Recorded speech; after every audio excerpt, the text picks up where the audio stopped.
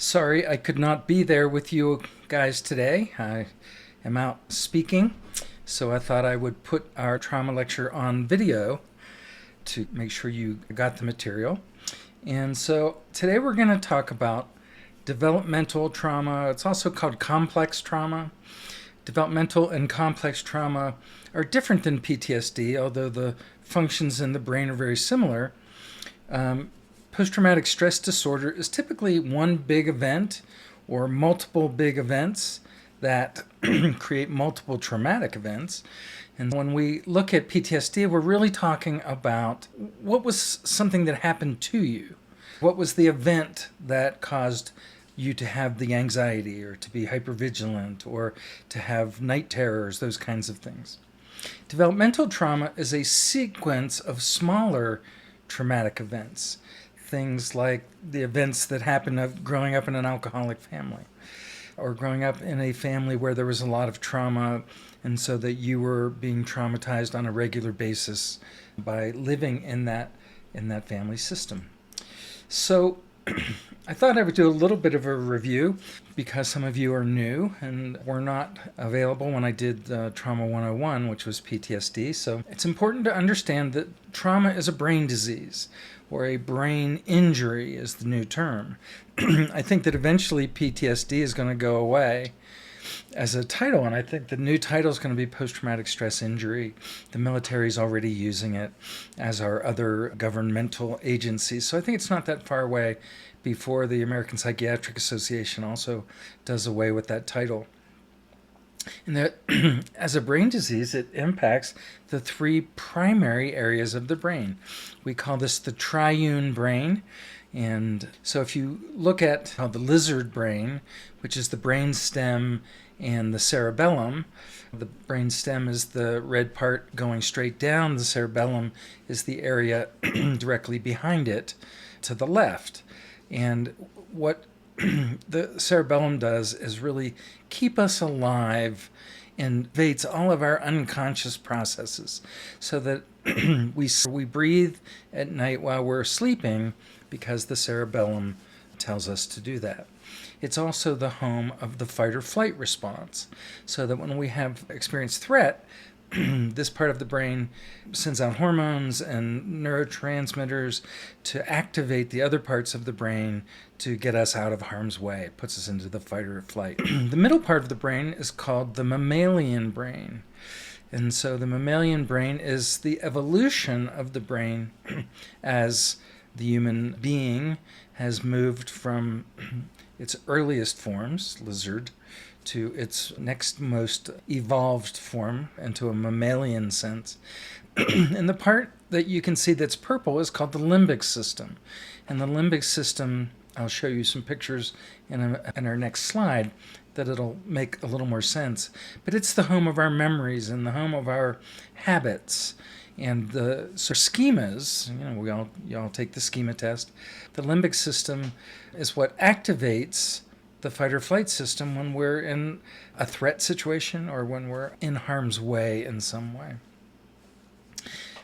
On the right-hand side of the slide, you see the big blue part of the brain. And again, in the next slide, I can show you where that is. But that's called the neocortex.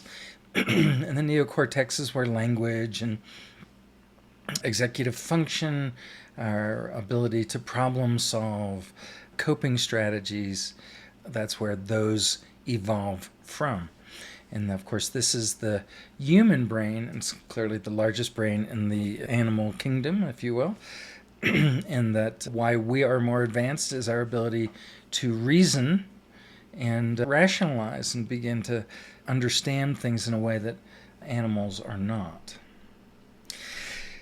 So this big orange part that you see right here is the limbic system. And the limbic system is made up of three really important parts. One is called the thalamus. And Bessel van der Kolk, who is the one of the early brain scientists studying post-traumatic stress disorder, calls the thalamus the cook. And all of our sensory organs, our touch and smell and sight, sound and physical contact, all of the nerve endings that from all of our sensory organs come into the thalamus, and as Van der Kolk says, creates a kind of a sensory or autobiographical soup. It's where we're in a constant state of experiencing everything around us. And he says it's like the integration of what is happening to me at every moment. So that all of that sensory information is coming in from the outside world. Some of it goes to the prefrontal cortex, where it will be the beginning of memories, and some goes to the amygdala. The amygdala, which is, it's about the size of your thumb from the first knuckle out. You have two of them, one on each side. And during times of trauma, the left side of our brain, the rational side of our brain, begins to turn off. The more threatened we are, the more anxious we are. And that really becomes a problem for sobriety, when that left-hand side of our brain, the rational part of our brains, begin to shut down, cutting us off from rational thought, cutting us off from executive function, decision making. And the right side of our brain stays very active during the traumatic event, in that it really begins to make note of all of this sensory information that's coming in from the thalamus. And it is that sensory information that becomes the primary data for our memories of a traumatic event. So the amygdala is what Van der Kolk would call the smoke detector. It identifies any incoming sensory information that may put us at risk, or that may be a form of danger, or a potential traumatic event. And that this is the unconscious mind. We do this without thinking. So information comes in through the thalamus, all of this sensory experience. The amygdala processes that information. If it is sensing anything that would normally be associated with threat, it sends immediate messages to the hypothalamus and to the brain stem, so that we would go into fight or flight. So anytime you get anxious, anytime something is happening around you that you get angry, and I always ask guys, how many people get angry really quickly? Being angry really quickly generally is a sign of the brain being overridden by this part of our brain, as in it's highly sensitive to what it believes to be really threatening information. So that anger may not be literal danger.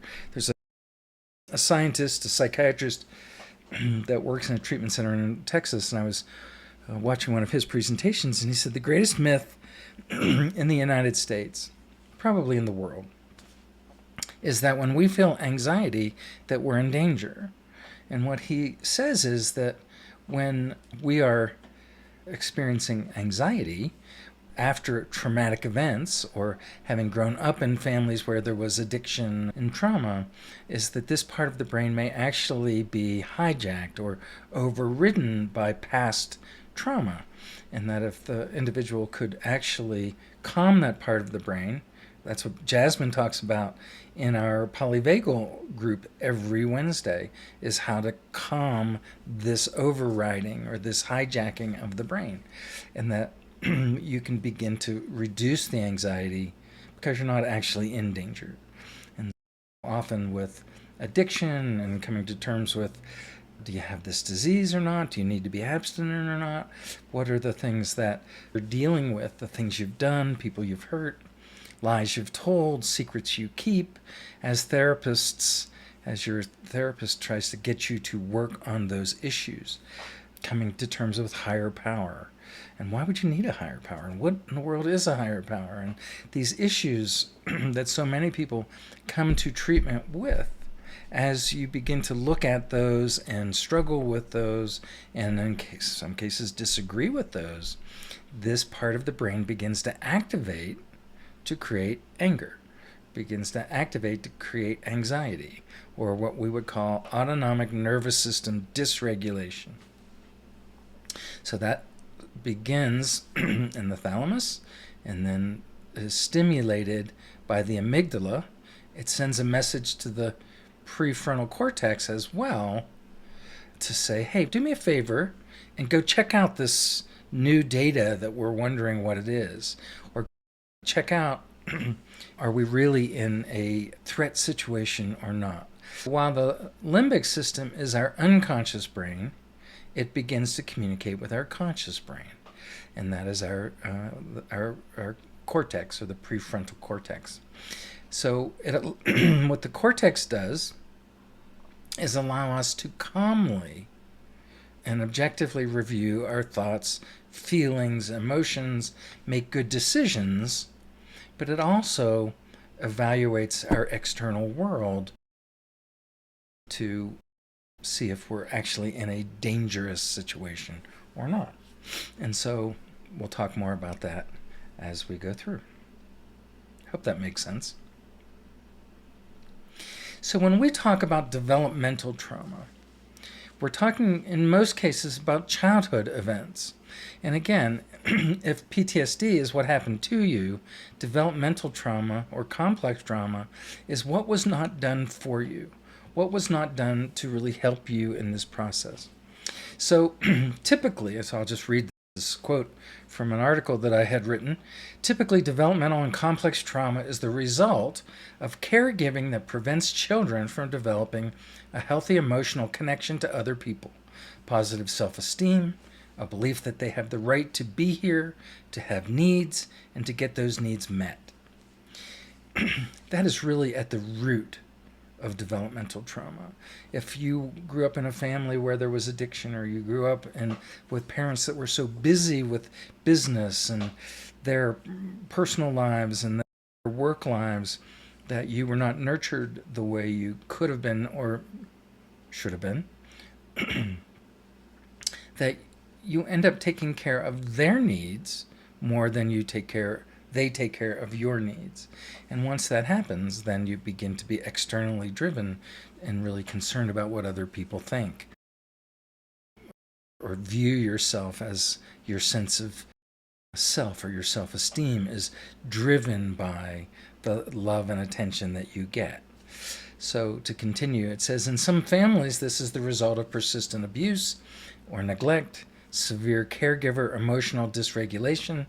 If you have a parent that has been traumatized or had an addiction and they were always angry or they were always upset and things were tense in the house and everyone had to just sit quietly so as not to upset anyone in the house, that is a form of traumatization that goes on for periods of time, sometimes for years in a person's life, and it has a lasting impact. If you witness domestic abuse, persistent arguing, or caregiver inconsistency, resulting in your inability to prepare for what might happen next.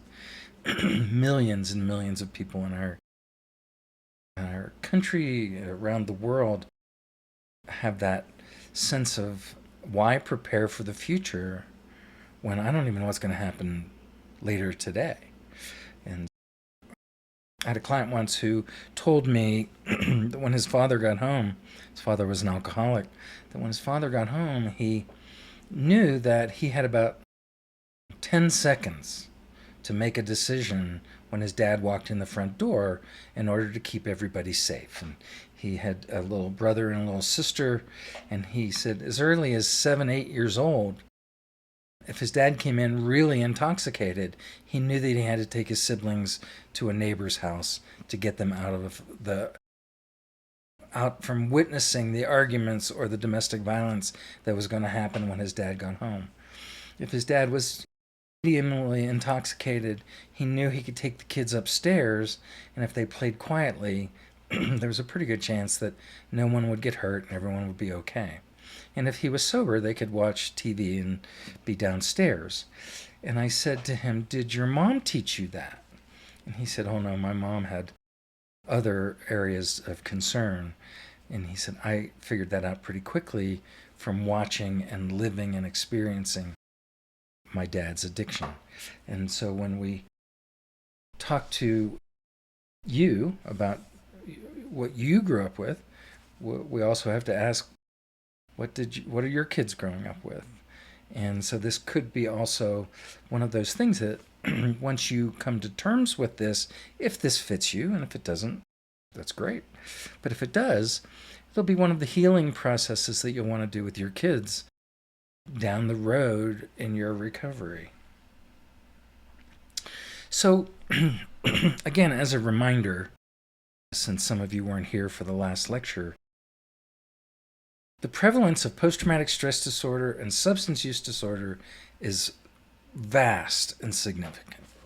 Brian Bride in 2007 did a study where he found that of individuals seeking substance abuse treatment, 60 to 90% had a history of either physical or sexual abuse, it's counting men and women, and 30 to 50% actually met the criteria for post-traumatic stress disorder. And so this isn't even beginning to count people with developmental trauma. This is people who meet the criteria for post-traumatic stress disorder. And of individuals who have post-traumatic stress disorder, 52% of men and 28% of women will develop alcohol abuse, alcohol use disorder, or the term now is alcohol misuse. So that's half of all men, and almost a third of all women will struggle with alcohol. 35% of men and 27% of women will develop a drug use disorder. So when we put those together, those numbers that Dr. Bride identified make perfect sense and are pretty accurate. Those numbers tend to be higher if someone is a veteran, prisoner, anyone who's been in prison for any length of time. The term that's being used is containment or confinement trauma, very much like being a hostage. The nervous system perceives prison in that way. Anyone who's been a victim of domestic violence or a first responder, that those numbers are significantly higher. I think the safest statistic that we could say is that for someone who has post-traumatic stress disorder, that they are 3 to 4 times more likely to develop substance use disorder. Now, there are a lot of people who do not meet the criteria for post-traumatic stress disorder, but really do meet the criteria for developmental trauma. And so those numbers actually are significantly higher. Why is this important? If you look at the blue box at the top right-hand corner of this slide, you will begin to see that clients with PTSD and substance use disorders are more vulnerable to poor short and long-term treatment outcomes. And there's a reason for that. And that two of the primary survival instincts of individuals who have experienced trauma are trying to stay in control of everything around them. And they do that by being hypervigilant, which means that they're always looking for danger. They're always looking for something that's going to feel uncomfortable or that's going to be threatening. And if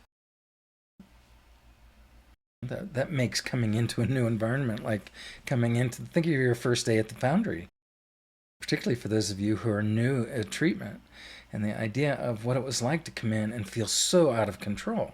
And all these rules, and can't use the phone, and all of those things. For individuals who have trauma, they tend to want to leave AMA real quickly. I got to get out of here. This is too distressing for me. This is a bad place. These people they don't know what they're doing. Whatever it is that people use to convince themselves to leave treatment early. And because of that, their chances of relapse are significantly higher as well. And one of the reasons for that is that, I'll go back to this slide, when we're in a high state of anxiety or a high state of what we call autonomic nervous system dysregulation, the part of the brain that allows us to work through problems begins to shut down. And I'll show you when we get to the marble map where that happens. But during times of high stress, high dysregulation, high anxiety, that the things that you learn in treatment become unavailable to you because the prefrontal cortex is offline. And once that happens, the big neural network that you have associated with your drug and alcohol use will be the only coping strategies that you have available to you. So you're less likely to call someone. You're less likely to reach out to the program for help. And so I think it's really important that you begin to follow the things that Jasmine is talking to you about in terms of using the biosound bed, of using the Muse machines. We have a couple other tools that are really designed to help you learn how to calm the brain down so that you can solve problems. Again, a little review from the addiction lecture that Dr. Schuler does, that based on the science, there appear to be 3 ways that people develop substance use disorders. One is to either have a genetic predisposition, meaning someone in up to 3 generations prior to you had alcoholism, addiction to some kind of other product or drug or alcohol, sex, process addictions, those kinds of things, that has they've got it narrowed down to a series of 3 or 4 different genes in the brain that make the transmission of trauma more likely across the generations. And the other way that and this is relatively new, the idea of what we call epigenetics. And epigenetics is how the environment that we live in actually turns those genes on and off. And I'll show you a picture of the genes, and they look like a spring. And I'll explain that when we get to that. But so genetic predisposition or epigenetics. The second is people who use alcohol or drugs as a form of self-medicating when they have their own trauma or they have their own depression, other mental health issues, or medical health concerns. And one of the things that we know from developmental trauma and adverse childhood events is that people tend to have more medical concerns as well. People who grew up with addiction and mental health and trauma, etc., in their family of origin will often fall to drugs and alcohol as a way of self-medicating. The third way is individuals who live in an environment where alcohol, drug use, and other kinds of process addictions are the norm, where there's really limited pressure to try to use in a moderate fashion or in a socially constructed way. And so college is one of those places. Growing up in a neighborhood where heavy drinking is the norm or heavy drug use is the norm. The reason that trauma lecture and trauma education is so important is this middle one more than anything. Individuals who use drugs and alcohol as a form of self-medicating. So this is that spring that I was talking about. And if you understand how DNA works, these are these strands that are side by side, and they go around in a what they call the double helix.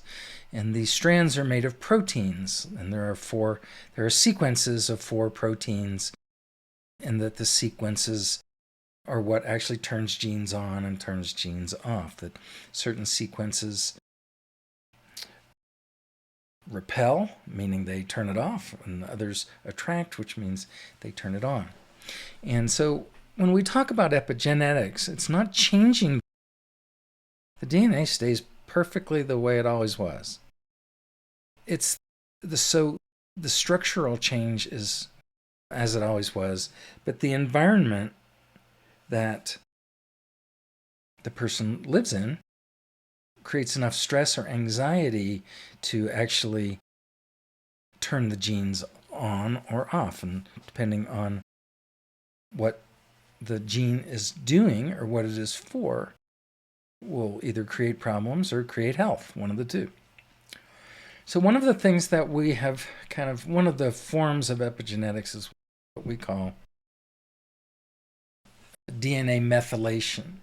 And DNA methylation are the production of epigenetic factors or methyl groups that cling to these histone tails and cling to the strands of these double helix and impact the way the gene functions, not the gene's structure, but how it functions. And just to give you an example of, most of this research was done with rats, of course, because you can't do these studies on kids.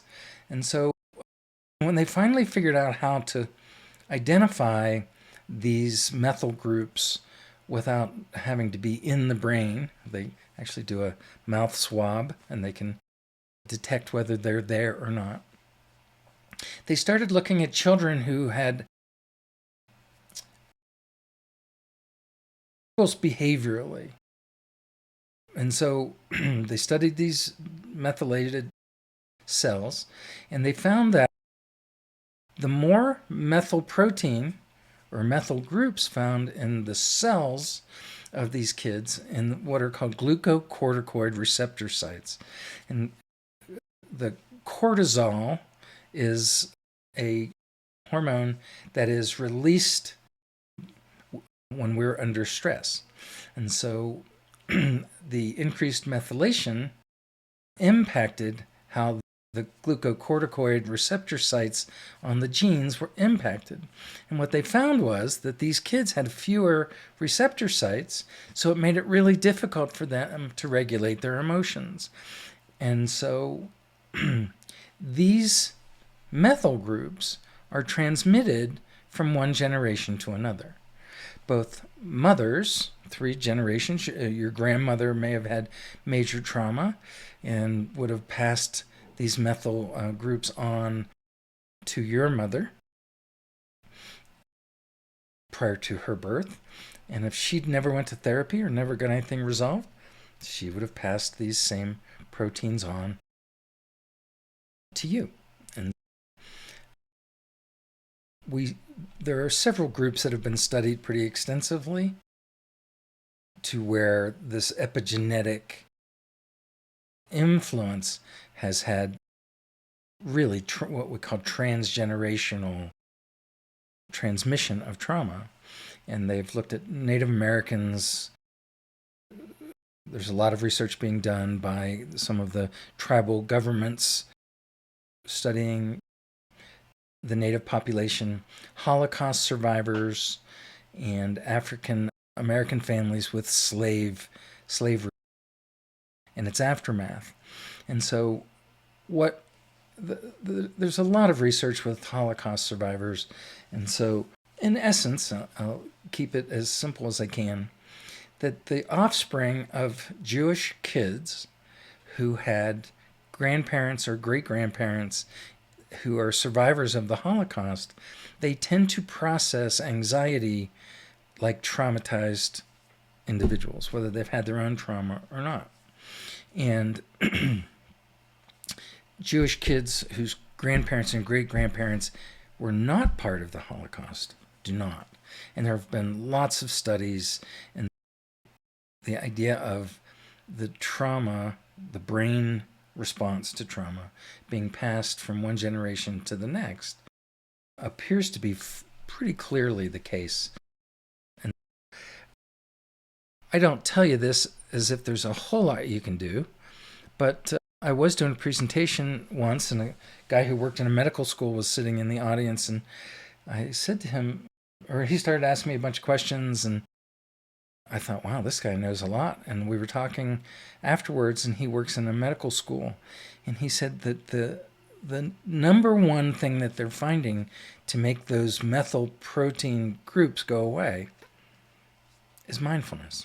And so think of all the mindfulness activities that Jana does with the John Bruna stuff and other opportunities for meditation in our schedule.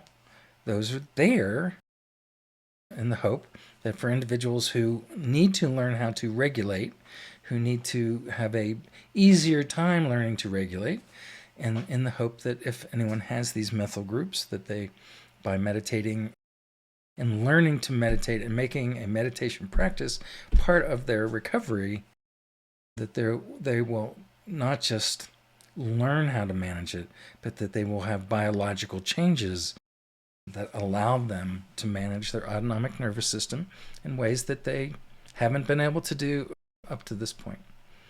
Maybe having nothing to do with the addiction and everything to do with the developmental trauma. So in essence, what I'm saying is, if a trauma happened, if this is your family, and if you are a 20-year-old single person and your connection is to your family of origin, or if you're a 50-year-old married and have your own family, we'll consider that to be your family. And so this is a mom, and this is a dad, or this is a wife, and this is a husband, or partners. It doesn't really matter. But whoever came together to create this family and their families, that if trauma happened back in 3 generations prior, that it can be transmitted to this family and this family that comes together for this family.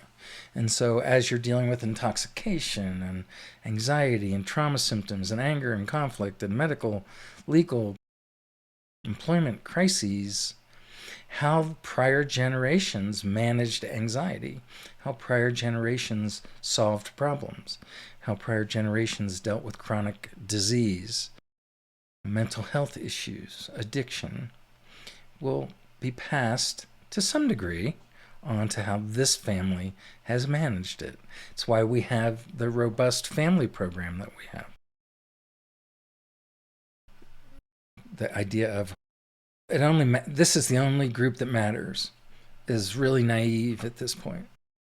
We know that's not the case. And so we need to get these other family members coming together to talk about what life was like when they were growing up.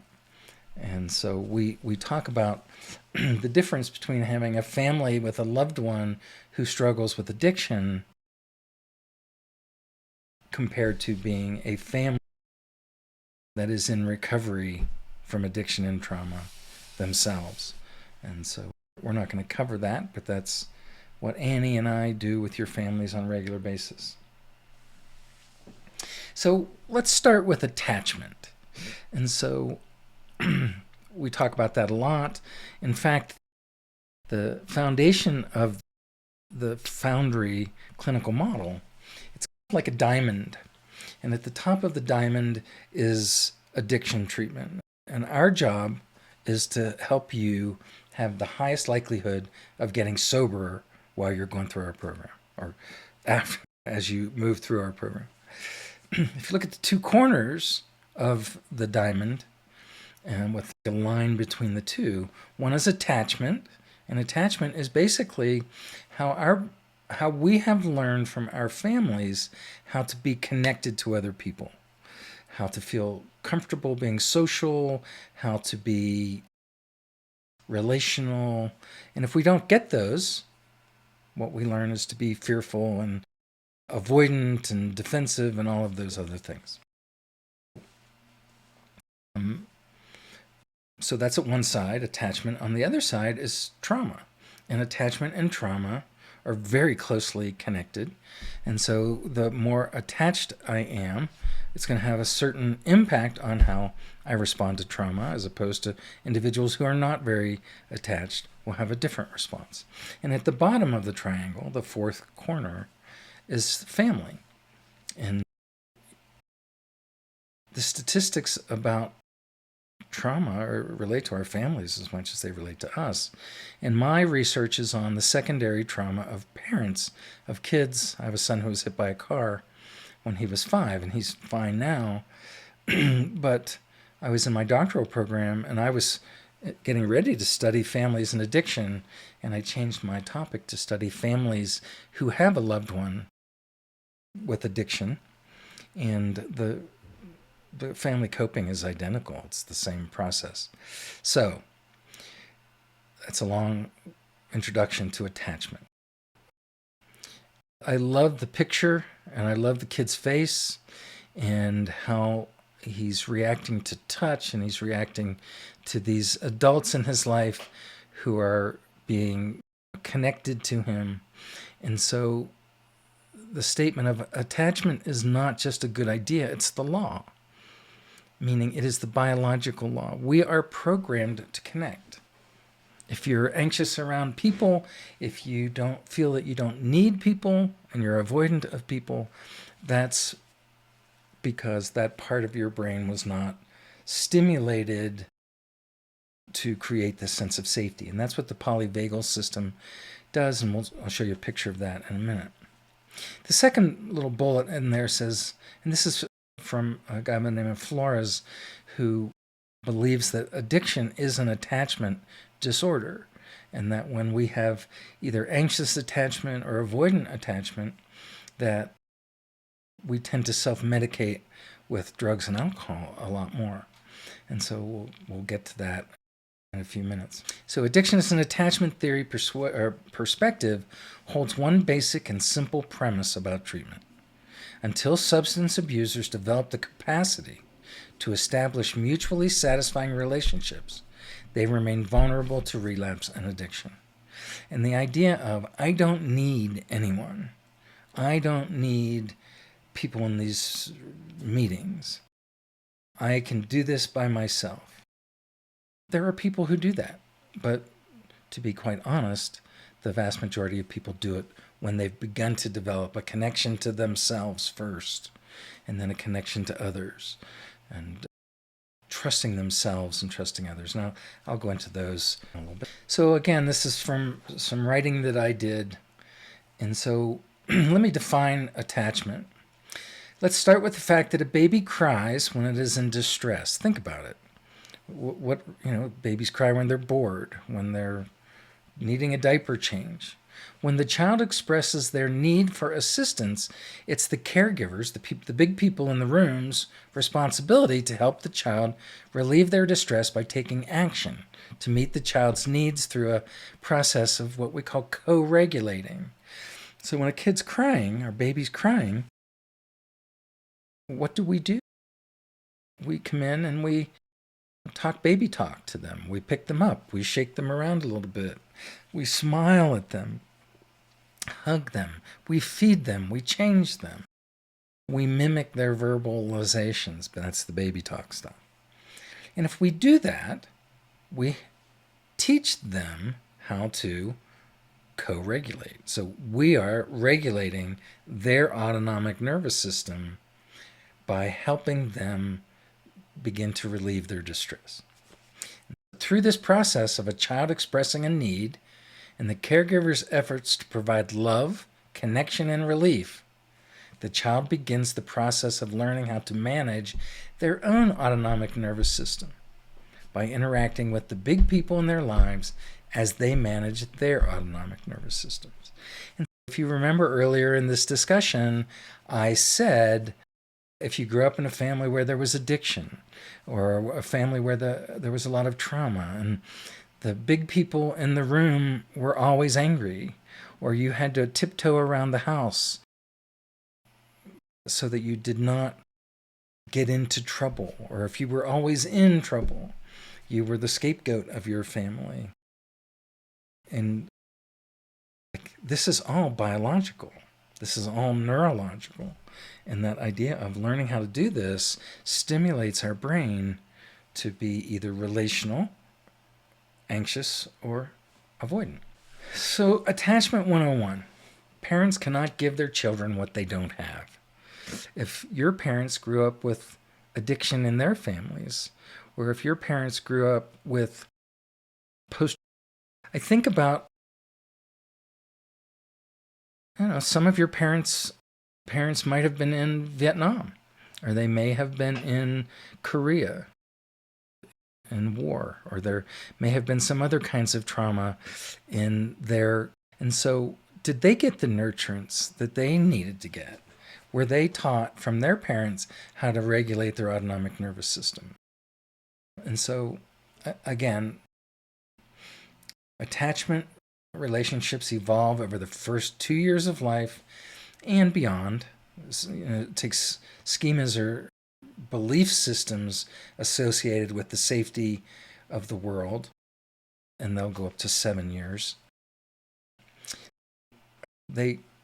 All of this overlaps with other really important brain functions that we need to develop. And there's a term called pruning, and that every baby is born with way more neural connections in their brain than they will ever need.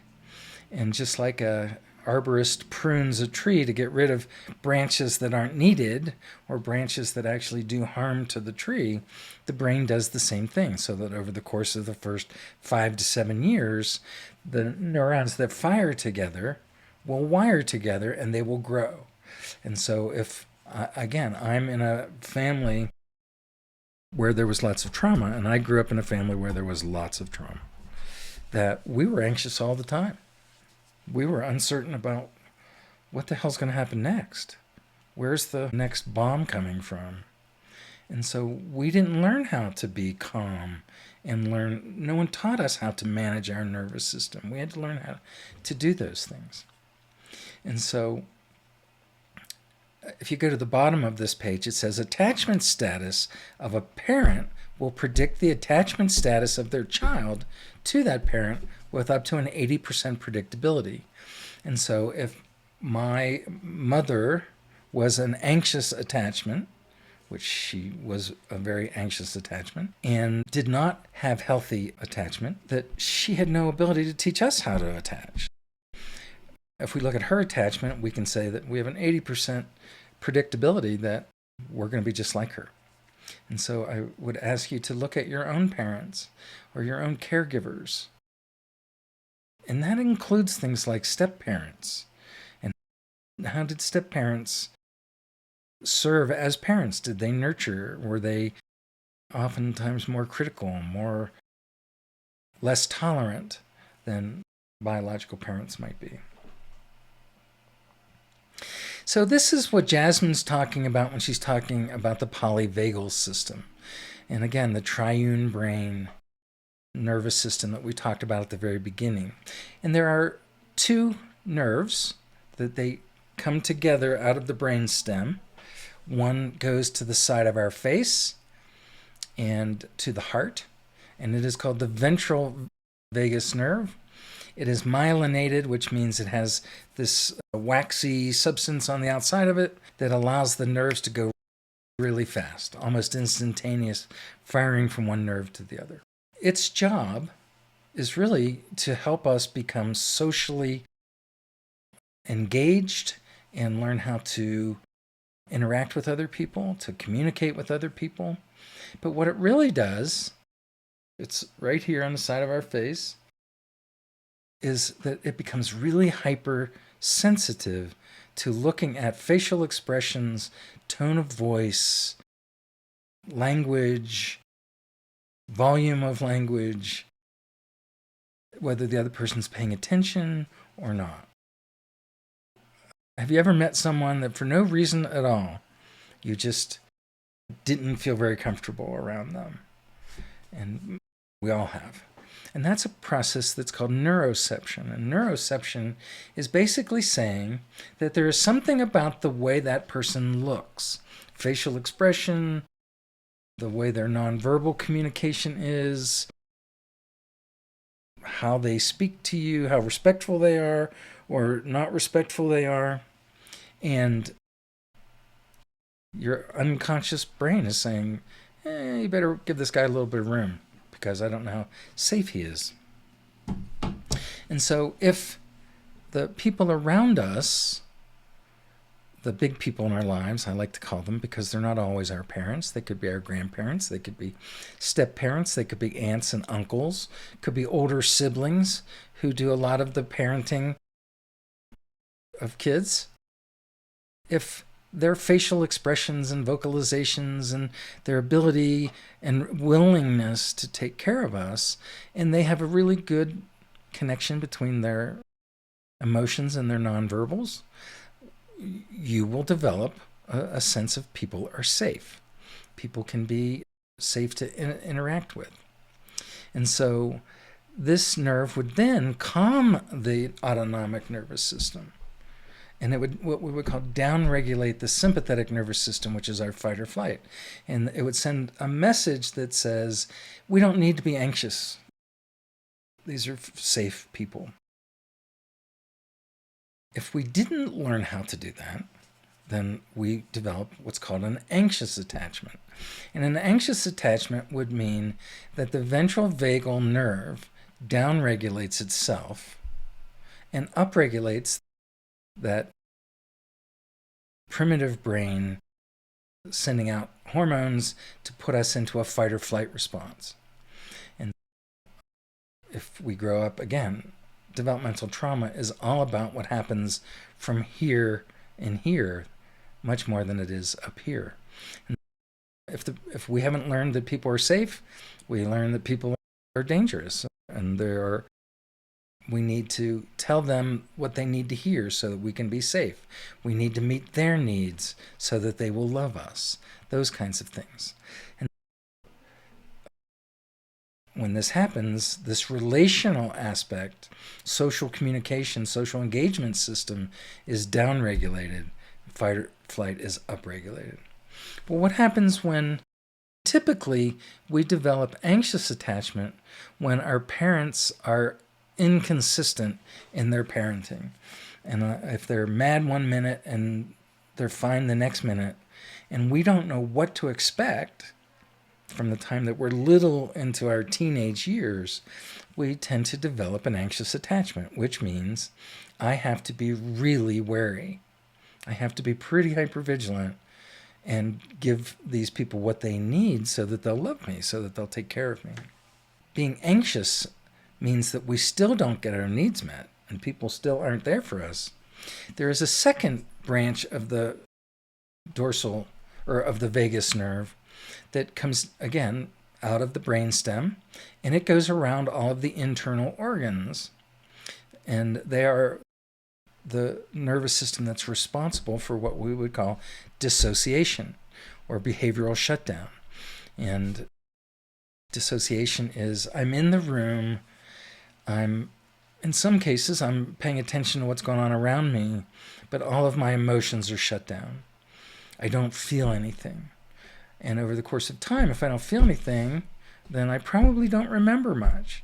So if you don't remember much from the time that you were 10 down, then I'm going to guess that you spend a lot of time dissociating, or you spend a lot of time in your head and not in your emotions.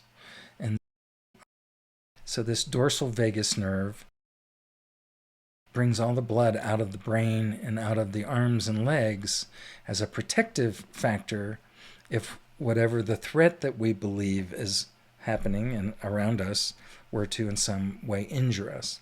This is the oldest, and again, it's reptilian. It's that brain stem that really shuts down all of our kind of emotional connection to the world. And therefore, we don't need anyone. If people are dangerous, why would we need them? If we're always in trouble, why would we care? And for a lot of our clients, we see them in all three of these states. And so the goal is to become more and more connected to other people while you're with us. So what happens if these are the faces that kids see when they're growing up? Angry parents,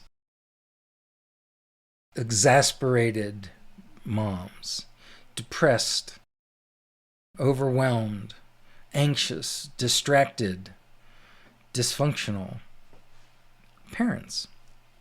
If these are the faces that we see growing up, then we have to assume that the social communication, the ventral vagus nerve, has begun to shut down, and we become either anxious or avoidant. Again, what we're listening for is the tone of voice, the volume, the cadence, the urgency of one's communication. How much anger the adults in our lives are expressing towards us: frustration, depression, anxiety, disinterest, despair, dysfunction. These are the things that are at the root of secure attachment. That's a term we use. It's also at the root of developmental trauma. So the lack of attachment, or the lack of secure attachment, has its consequences biologically as well. And I'm not going to go into great detail with this because I've already been talking for a long time. And we'll cut the first part of this video off after this slide, and we'll move into the next area. But every area of the brain, the hippocampus, what's right here, which creates memories, helps us bring our cortisol back to normal to reduce stress.